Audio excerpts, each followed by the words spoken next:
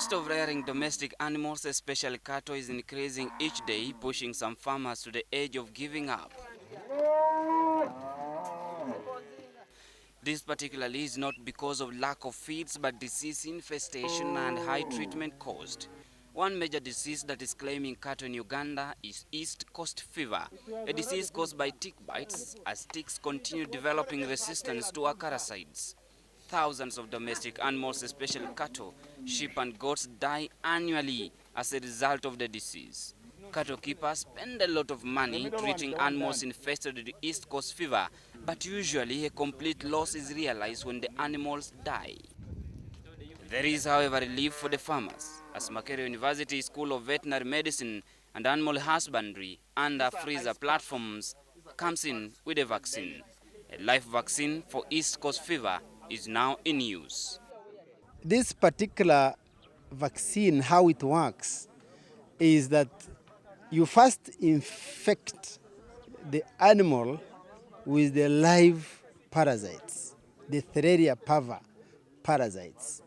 And then you enable the animal to produce the antibodies, to respond to the infection by producing the antibodies. What you want for immunity is the effective antibodies. So you infect, the animal produces antibodies, and then you quickly treat the parasites that you put in. You treat it with a long-acting antibiotic. It's not yet done. The vaccine, oxytetracycline 30%, is a combination of East Coast fever parasites and the treatment itself. By infecting the animal, the immune system of the animal is excited, releasing antibodies to combat the bacteria. Once the immune system becomes active, the animal is injected with the vaccine. The vaccine stays in the animal's body for 28 days. This vaccine protects for life. It's like a brucellosis vaccine. You vaccinate once for life. The body now, the few ticks that will be feeding on the animal and infecting it will just be boosting the immunity. Will be helping the body now to mount more immunity when immunity is already there. The vaccination is a long process that starts with taking animals' weight using a special tape and body temperatures before injection.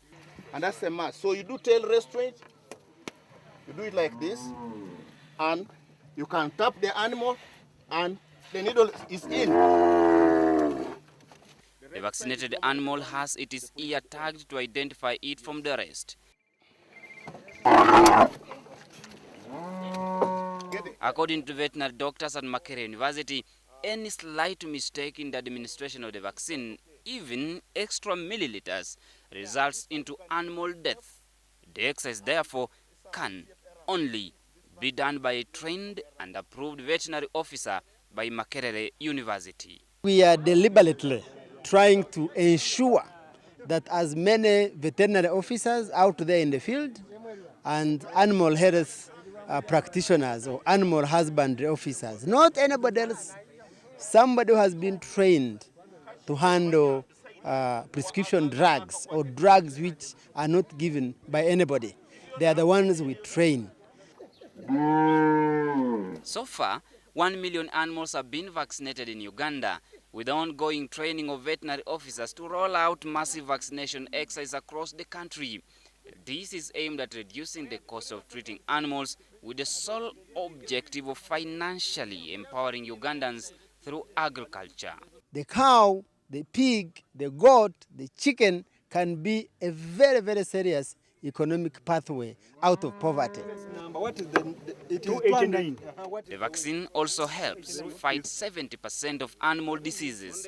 Unfortunately, the lifelong vaccine is not good news to animal pharmaceutical dealers, as they may close down due to lack of sales, especially acaricides. This, to those behind the vaccination, is not an issue to them, but their concern is to make Ugandans rich at a low cost. And protozoal drugs like Butalex, Crexon, and many others that Chua, ECF, and other constitute the big percentage of sales for any of the pharmaceutical in veterinary pharmaceutical sales. So automatically, if the animals are no longer dying of this ECF, you'd have some people actually even closing and going out of business. because they constitute the biggest sales in pharmaceutical veterinary industry. But our focus is not on a businessman who is making money from the drugs. Our focus is poverty elimination, total poverty elimination, and empowering our people to get out of poverty.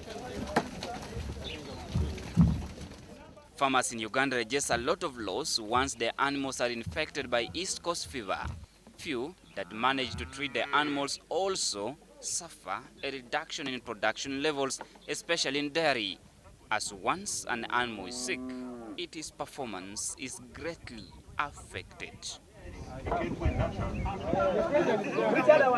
Kenneth Bwire, WBS News.